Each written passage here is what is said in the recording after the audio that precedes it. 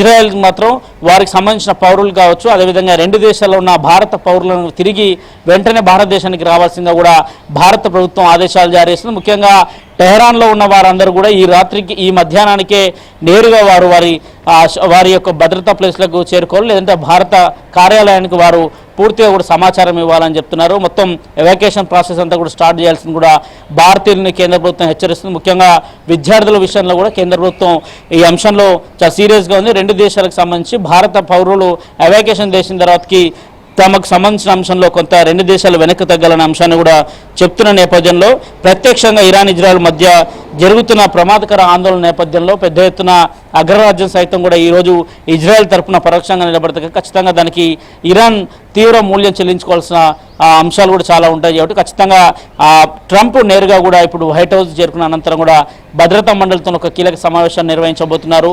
ఒక కీలక పరిణామాలు కూడా చోటు చేసుకోబోతున్నాయి. కీలకంగా ఒకవేళ భద్రతా మండలిలో పలు నిర్ణయాలు తీసుకొని నేరుగా ఇజ్రాయెల్కి పరోక్షంగా మద్దతు తెలుపుతూ మాత్రం ఇజ్రాయెల్కి సంబంధించిన అణ్వాయుధాలు కావచ్చు, ఇజ్రాయెల్కు యుద్ధానికి చేయాల్సిన రక్షణకు సంబంధించిన ఒప్పందాలు కావచ్చు, వాటికి సంబంధించి పూర్తి మద్దతు కూడా అటు యుఎస్ తెలిపే అవకాశం చాలా స్పష్టంగా కనిపిస్తుంది. కానీ ఇరాన్ మాత్రం ఎక్కడ కూడా తాము వెనక్కు తగ్గేది లేని అంశాన్ని చెప్తున్న నేపథ్యం ఇజ్రాయెల్ ఏమో ఇరాన్ తమ పైన దాడి చేసే అవకాశాలను చెప్పడం ముందే ఇజ్రాయెల్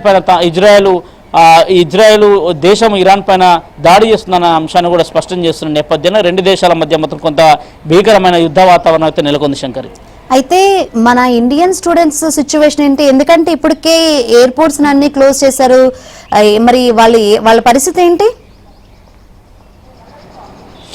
ఖచ్చితంగా కూడా ఇరాన్ రాజధాని టెహరాన్లో ఉన్న భారతీయులు తమ సొంత మార్గాల్లో తక్షణమే సురక్షిత ప్రాంతాలకు బయలుదేరాల్సిందిగా భారత విదేశాంగ శాఖ కూడా ఆదేశాలు జారీ చేసింది. ముఖ్యంగా విద్యార్థులకు సంబంధించిన విషయంలో కూడా రెండు దేశాలకు సంబంధించిన అధికారులతో కూడా భారత్ సంప్రదింపులు జరుగుతుంది. కాసేపటి క్రితమే మినిస్టర్ ఆఫ్ ఎక్స్టర్నల్ అఫైర్స్ సంబంధించిన అధికార ప్రతినిధి సైతం కూడా టెహరాన్లో ఉన్నవారు కావచ్చు, ఇజ్రాయెల్లో ఉన్నవారు కావచ్చు, భారత గగనతలానికి వచ్చే పూర్తిగా ఇరాన్ కావచ్చు, ఇజ్రాయెల్కి సంబంధించిన గగనతలాలు మూసివేసిన నేపథ్యంలో ప్రస్తుతానికి విమానాలు కూడా ఇక్కడ రాకపోకలకు కూడా నిలిచిపోయిన నేపథ్యంలో వారిని సురక్షిత ప్రాంతాలకు అంటే టెహరాన్ని వదిలి వెళ్లాల్సిందిగా ఈ అర్ధరాత్రికి టెహరాన్ పైన ఇజ్రాయెల్ పెద్ద ఎత్తున దాడులకు ప్లాన్ చేసింది. యుద్ధ వాతావరణం మరింత వేడెక్కబోతుంది అనేది కూడా ముందస్తుగా అక్కడున్న భారతీయులకు కూడా సమాచారం ఇచ్చింది. భారత రాయబార కార్యాలయం ఇరాన్ కావచ్చు, ఇజ్రాయెల్లో ఉన్న రాయబార కార్యాలయం సైతం కూడా భారతీయులందరినీ కూడా సంప్రదిస్తుంది. మరికొంతమంది ఎవరైతే టెహరాన్లో ఉండి భారత రాయబార కార్యాలయానికి అందుకోలేకపోతున్నారో, వారి యొక్క డేటాకు సంబంధించిన వివరాలు వెల్లడించలేకపోతున్నారో, వాటికి సంబంధించి కూడా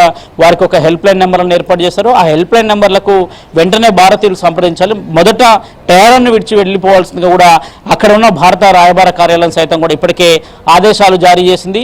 ఈ రాత్రికి టెహరాన్ విడిచి సురక్షిత ప్రాంతాలకు వెళ్తే గాక ప్రాణాలని కాపాడుకోవచ్చు అనేది అనంతరం జరిగే పరిణామాలను బట్టి భారత విదేశాంగ శాఖ తదుపరి నిర్ణయాలు కూడా తీసుకునే అవకాశాలు కూడా చాలా స్పష్టంగా కనిపిస్తున్నాయి. ఎందుకంటే గతంలో అనేక దేశాల్లో యుద్ధ వాతావరణం నెలకొన్న సందర్భంలో రెండు దేశాల మధ్య నెలకొంటున్న తాజా పరిణామాల్లో కూడా భారత్ అక్కడున్న అనేక ఆపరేషన్స్ ద్వారా కూడా భారతీయులను తిరిగి భారతదేశానికి తీసుకొచ్చిన సందర్భాలు చూస్తున్నాం. కానీ ఇరాన్ కావచ్చు, అదేవిధంగా ఇజ్రాయెల్లో జరుగుతున్న పరిణామాలు చూస్తే దాదాపు వారం రోజుల నుంచి కూడా తీవ్రత మరింత పెరుగుతుంది. ఇజ్రాయెల్కి దాదాపు 1500 మీటర్ల మీద వచ్చి ఇజ్రాయెల్లో అనేక దాడులు చేస్తుంది. ఇజ్రాయెల్ కూడా ఏకంగా ఇరాన్కి సంబంధించిన ఆర్మీ చీఫ్ పైన నేరుగా తుదిముట్టించడానికి కూడా చూస్తుంటే దాదాపు యుద్ధం పెద్ద ఎత్తున నెలకొన్న నేపథ్యంలో అక్కడున్న భారతీయులను సురక్షిత ప్రాంతాల్లోకి వెళ్ళిపోవాల్సిందిగా ప్రస్తుతానికి విమాన రాకపోకలకు తీవ్ర ఇబ్బందులు ఎదుర్కొంటున్న నేపథ్యంలో మొదట వారిని సురక్షిత ప్రాంతాలకు తరలించి అక్కడి నుంచి నేరుగా భారత్ తీసుకొచ్చేందుకు కూడా కేంద్ర ప్రభుత్వం అనేక ఏర్పాట్లు కూడా చేస్తుంది శంకరి.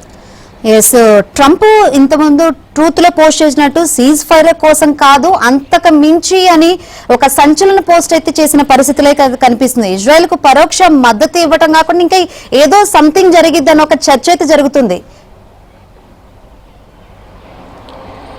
ఖచ్చితంగా కూడా భారత్కు మొదట కెనడాలో దాదాపు ఈరోజు G7 సదస్సుకు సంబంధించి వివిధ దేశాలకు సంబంధించిన ప్రతినిధులంతా కూడా వచ్చారు. భారతదేశం నుంచి ప్రధాని మోదీ సైతం కూడా కెనడాలో ప్రస్తుతం పర్యటిస్తున్నారు. ఆయన G7 సదస్సులో పాల్గొనబోతున్నారు. ఆ సమావేశానికి కీలకంగా రావాల్సిన మొత్తానికి ట్రంప్ కూడా ఆ సమావేశానికి మొదట కెనడా చేరుకున్నారు. కానీ కెనడా ప్రధానికి నేరుగా కొన్ని అంశాలను వివరించాము, అనేక అంశాలు చెప్పలేని పరిస్థితి నెలకొంది. నేరుగా తిరిగి ఆయన G7 సదస్సుకు హాజరు కాకుండా వెంటనే తిరిగి US బయలుదేరిపోతున్న సందర్భాలు కూడా